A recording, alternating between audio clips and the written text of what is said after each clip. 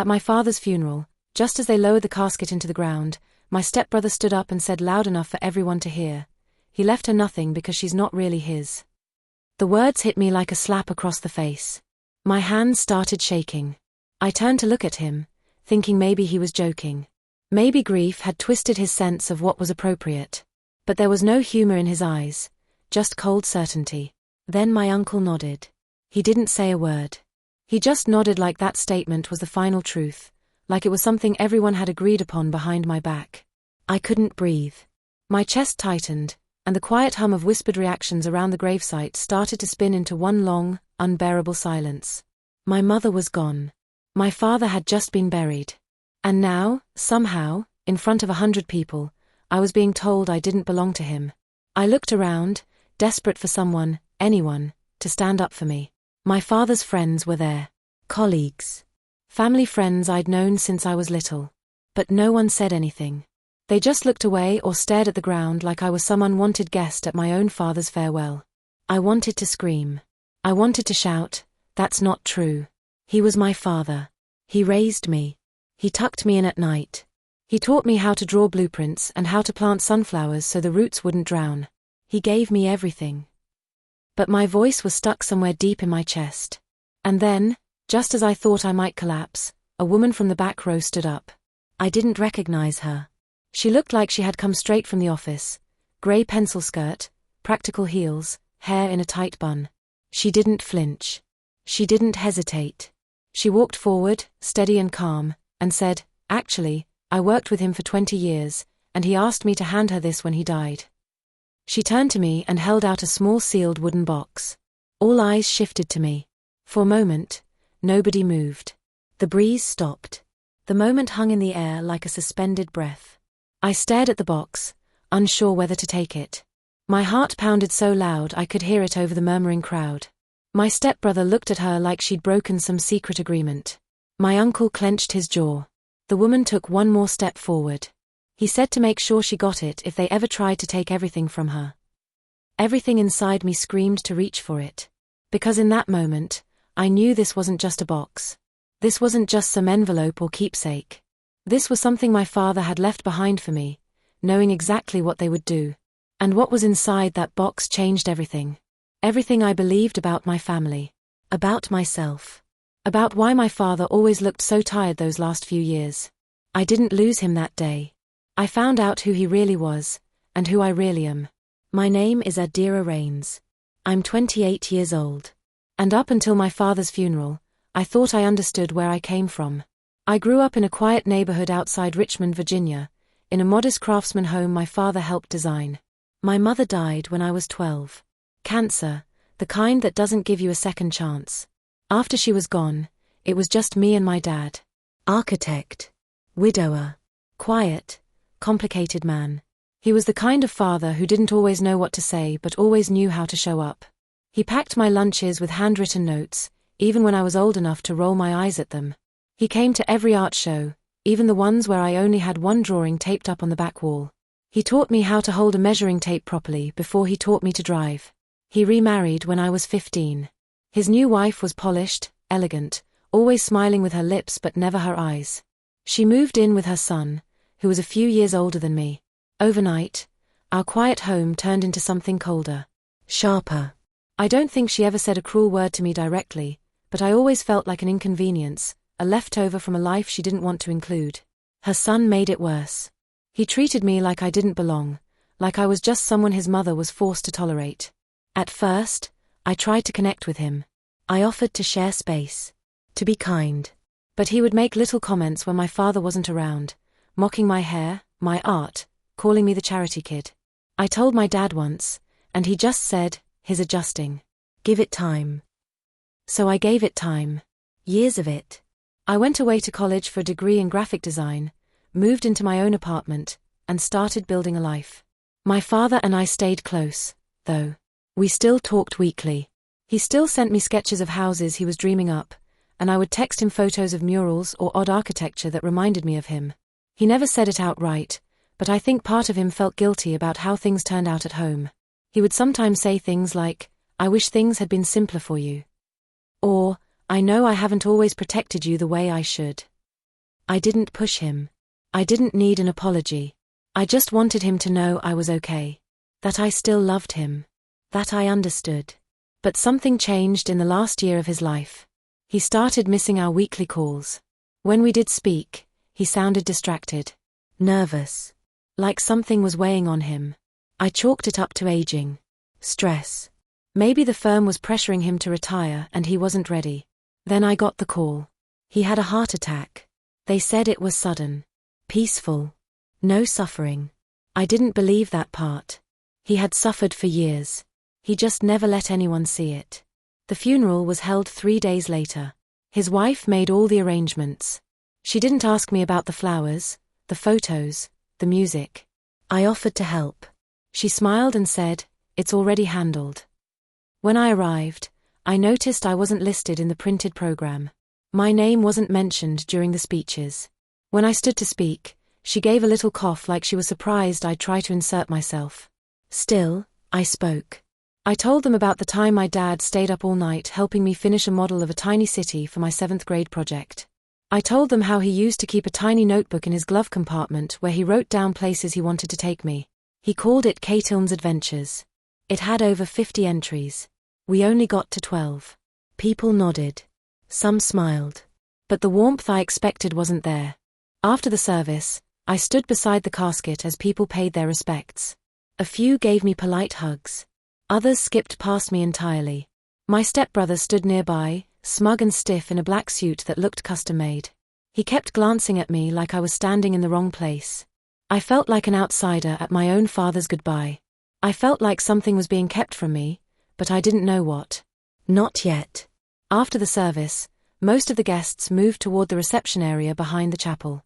It was one of those multipurpose rooms with folding chairs, punch, and finger sandwiches that no one really wanted to eat. I stayed back for a moment, watching as the casket was wheeled away. I wasn't ready to be surrounded by people who barely acknowledged me. When I finally walked into the room, I felt every eye land on me. Conversations paused. She was standing near the buffet table, glass of white wine in hand, talking to one of his old business partners like she was hosting a gala instead of mourning her husband. He was off to the side, talking with their uncle. Their heads were close together, their expressions sharp and private. I started toward the far wall, looking for a quiet corner. I had barely made it 3 steps when he raised his voice. "Let's just clear the air," he said, turning toward the center of the room. People looked up, confused, some still holding paper plates. He kept going. "There's been a lot of confusion today about family, about who belongs and who doesn't." I froze. He didn't say my name, but he didn't have to. He looked straight at me. "My father left behind a very clear will," he said. "And there's a reason she isn't mentioned. It's because she's not really his daughter." The room went completely silent. Dishes stopped clinking. A woman near the front gasped under her breath. I blinked, stunned. I opened my mouth to speak, but I couldn't find a single word. It was like the floor had dropped out beneath me. Then our uncle stepped forward and nodded. He made things clear to us long ago. The estate goes to blood family. That was his wish. My hands started shaking. I felt heat rush to my face. I tried to speak, but I couldn't make my voice work. "I don't know what game you're playing," I finally said, my voice trembling. But he raised me. "I am his daughter." He crossed his arms. "You were taken in. Raised, sure. But biologically, you're not one of us. You never were." He said it like he was giving a fact, like he was reciting a weather report. I looked around the room. Not one person spoke up for me. A few avoided my gaze. Others just watched with tight expressions, like this was a show and they were waiting for the next act. My heart pounded in my chest. I felt small, like I had shrunk inside myself. My throat burned, but I refused to cry. "Not here. Not in front of them. How dare you?" I said, more to myself than anyone else. "He loved me." "You think a last name or DNA changes that?" He shrugged. "We're just honoring what he put in writing." That was when I realized something wasn't right. My father was deliberate. He planned everything. The man carried 3 pens in his suit pocket in case one ran out. He never would have left me out of his will without saying something to me first. Not unless he was forced to, or manipulated. I stepped back. My pulse was racing. I could hear it in my ears. And just when I thought the moment couldn't get more surreal, a voice from the back of the room broke through. "Actually," she said, stepping forward with a calm authority that silenced everyone. She was neatly dressed, professional, maybe in her 50s. I had never seen her before, but she moved with the kind of confidence that only comes from knowing you have nothing to hide. She looked directly at me and held up a small wooden box, smooth and polished, no bigger than a shoebox. "He asked me to give this to her after he passed. He told me to wait until someone tried to take what was hers." He scoffed. "And who exactly are you?" She turned to him with a level gaze. "I'm someone he trusted more than either of you." She looked back at me and stepped forward. "He said you'd need this." My eyes locked on the box. My heart was thudding so hard it hurt. I didn't know what was inside. I didn't know why he hadn't just told me whatever it was while he was still alive. But I knew one thing with absolute clarity. My father left something behind for me. And he knew this moment was coming. The box felt heavier than it looked, not in weight, but in meaning. Every pair of eyes in that room was watching me, waiting to see what I would do. He stood frozen, his smirk gone. She was across the room pretending to look disinterested, but I saw the way her fingers tightened around her wine glass. Our uncle looked like he wanted to say something, but even he stayed silent. The woman, she later introduced herself as someone who worked with him, held the box out with both hands. Her voice was steady when she said, "He told me to wait until this moment." He was very clear. He knew they might try to erase you. I took it from her slowly, my fingers brushing the grain of the wood. It was smooth, well-crafted, something my father would have appreciated. There was no lock, just a simple latch. I didn't move right away. Part of me didn't want to open it in front of them.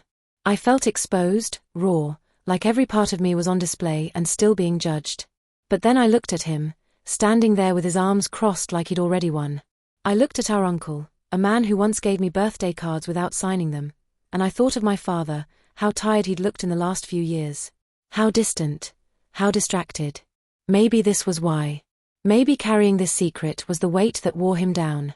I walked toward the table at the front of the room, set the box down, and opened it. Inside was a sealed envelope, thick with paper, and a USB flash drive tucked into the corner. On top was a folded note with my name written in his handwriting. I recognized it instantly. The same slant, the same sharp lines. I unfolded it with shaking fingers. If you're reading this, it means they did exactly what I feared. I didn't want it to come to this. I wanted to protect you while I was alive. I thought I had more time. I'm sorry I didn't tell you sooner. I didn't want you to carry the weight of it all before you had to. You are my daughter in every way that matters, and also in the way they will try to deny. I felt the breath catch in my throat. My hands tightened around the paper. Inside this envelope is your original birth certificate. Not the one they tampered with after your mother died. The real one. I kept it hidden because I didn't trust them. You'll also find documents for a private trust one created years ago. Everything I couldn't protect publicly, I set aside for you in secret. It's yours. Because you are mine. I looked up from the letter. For a moment, no one moved. Then I reached into the envelope and pulled out the birth certificate. It was aged but preserved. There, printed clearly under father's name, was his, my father. My knees nearly buckled. I didn't speak. I just held it up. There were audible gasps. Someone in the back whispered something, and it spread like a ripple.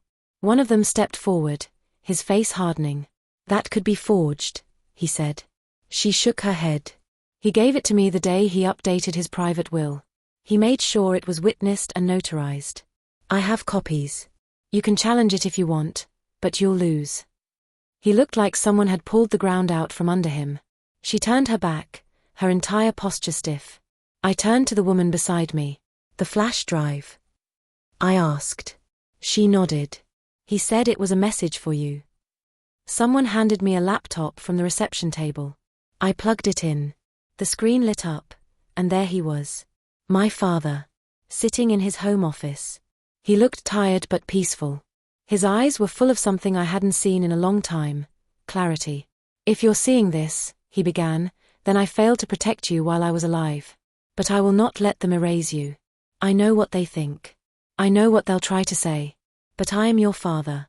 Not just by blood, but by choice, by love, by every memory we shared. He paused. I didn't fight hard enough when they started pulling me away from you.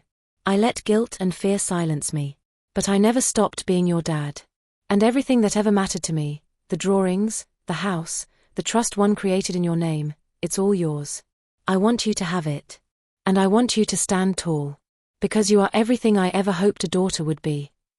The video ended. The silence in the room was deafening. That was the moment everything shifted. I wasn't the outsider anymore. I wasn't the forgotten child. I was his daughter, fully, completely, undeniably. No one spoke. The air had changed. A moment ago, it had been thick with smugness and silent judgment. Now it was heavy with disbelief. People who had been avoiding eye contact were suddenly leaning forward, trying to see the screen, trying to understand what they had just witnessed. I closed the laptop gently, my fingers lingering on the lid, as if touching it kept him close for 1 second longer. She stepped beside me, her face calm and certain. He didn't want his legacy controlled by people who twisted his intentions. He prepared everything legally. This isn't a loophole. It's his final word. He stepped forward. None of this changes the will. The official one was read last week. She looked at him without blinking. That was the public will. There's another one, private, held by his personal attorney. Not the firm. It names her as the sole heir to his private estate. The room stirred again. His confidence cracked. I saw it in his jaw, how he clenched it like a child refusing to believe he was losing a game he thought was rigged in his favor. Another stepped forward, sharp and deliberate. This is being blown out of proportion. We don't know what he was going through at the end. He was clearly confused. Emotional. You can't seriously expect this to override a legal process. She didn't even flinch. I spoke with him every week until the day he died. His mind was clear. He was intentional. He knew exactly what he was doing. And he knew you would say that. She reached into her briefcase and pulled out a file. Handed it to me. Inside are signed documents, video testimony, and the legal transfer of the trust. He left it all to you, not because of sentiment, but because it was right. I opened the folder and saw the notarized trust documents, the dated legal letters from his personal lawyer, and a note addressed simply to the court, challenged. I didn't need the court's validation. I already had his.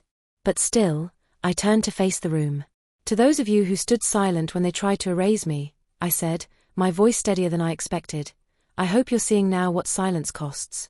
You watched them question my place at my own father's funeral. You watched them say I didn't belong. And no one said a word. No one interrupted. A few people lowered their eyes. One woman, someone I vaguely remembered from his office, wiped a tear and nodded. I don't want revenge. I don't want to fight. I just want what he intended me to have. What he built for me. What he preserved, even when he was afraid. He scoffed. You really think this changes anything? You can't fake blood. I turned to him. I don't need to fake anything. The truth is written in ink. It's written in the life he gave me. In every story I carry about him. In the plans we made together. You only want what he left behind. I carry who he was. That was when she finally spoke. She had been standing near the door the entire time, silent and detached. But now she turned, her voice cold and clipped. I told him this would happen, she said. I told him his guilt would come back to haunt him.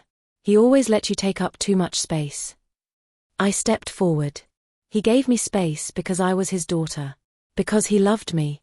You couldn't erase that. Not with silence. Not with lies. She walked out. He didn't follow. The other one looked around, realizing he had lost whatever support he thought he had. He muttered something under his breath and stormed out after her. The room slowly returned to itself. People began whispering again, but this time, it wasn't about me being an outsider. It was about them. The ones who tried to keep this buried. The ones who underestimated what a father's love could protect. I stood in that room holding the letter, the trust, the video, the proof that I belonged, not because of documents or money, but because he saw me. He knew what they would try to do, and he made sure I wouldn't be left defenseless. He didn't leave me behind. He left me everything. I went back to the house 2 days later. The one where I spent most of my childhood. The one with the creaky steps and the sunroom he built by hand, board by board. The legal process was already underway. But she assured me it was just a formality now. The trust was airtight. My name was on everything that mattered. Still, I didn't walk in like someone who had won something. I walked in like someone returning home after years of being pushed out. I stepped through the front door and just stood in the entryway. The same smell was there, sawdust, lemon oil, and something softer I could never name but always recognized. I ran my hand along the wooden railing he carved, with tiny marks from his old chisel set. Most people wouldn't notice them, but I did. I always had. That house was full of his fingerprints. I found the courage to go into his study last. It was exactly as he had left it. His blue drafting pencils were arranged in perfect rows. His favorite sketches were framed on the wall. There was a photo of the two of us on his desk, one I hadn't seen in years. I was maybe 10. We were at the lake, and he had one arm around my shoulders and a grin that looked so alive it hurt to see. I sat in his chair and let myself cry for the first time since the funeral. Not because I was broken, but because I finally had space to grieve him without being questioned. Without being watched like I didn't belong. That's when I realized what he had really given me. It wasn't money. It wasn't land. It wasn't trust documents. It wasn't even the birth certificate or the video. It was validation. It was the choice to protect me in a way he couldn't while he was alive. He knew he had stayed silent too long. He knew what they were capable of. He saw how they dismissed me, tried to erase me, and he refused to let that be the final word. He gave me back my name. I spent the next few weeks going through his things. She helped me sort through the papers, and together we uncovered personal journals, handwritten letters, even old blueprints he had sketched just for fun. He had left notes in the margins. Some were addressed to me. Others were clearly just his thoughts, little reminders to himself.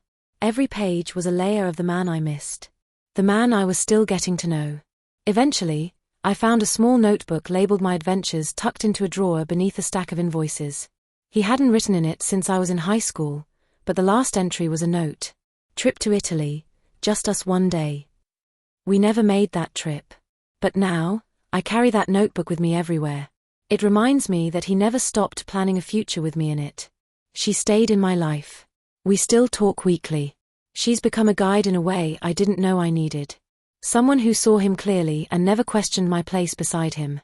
She helped me set up the architecture scholarship in his name, one that gives young artists and designers a path he would have been proud of. As for the others, I haven't heard from them since the court confirmed the trust. They never apologized. I didn't expect them to. They live in a world where power means more than connection. I've let that go. What I've learned is this. Sometimes the people who love you the most don't always know how to protect you when it matters. But if they truly love you, they'll find a way to make it right. He made mistakes. He let others control too much. But in the end, he found his voice. And with it, he gave mine back to me. This story isn't about a box or a will. It's about identity. About what it means to be seen and chosen, not just born. It's about a father who couldn't always say the right things, but who loved me enough to make sure the world couldn't silence me after he was gone. And that will always be enough. If this story meant something to you, if you've ever felt unseen, forgotten, or questioned in your own family, I hope you know this. Your truth matters. Your voice matters. And no one has the right to take that from you. Thank you for watching and for holding space for this story. If it moved you, please like the video. Share it with someone who needs to hear it, and drop a comment below. I'd love to know your thoughts, or hear your story too. And if you want more real stories that speak from the heart, don't forget to subscribe to the channel. There's so much more to come. You deserve to be seen. You deserve to be heard. And you are not alone.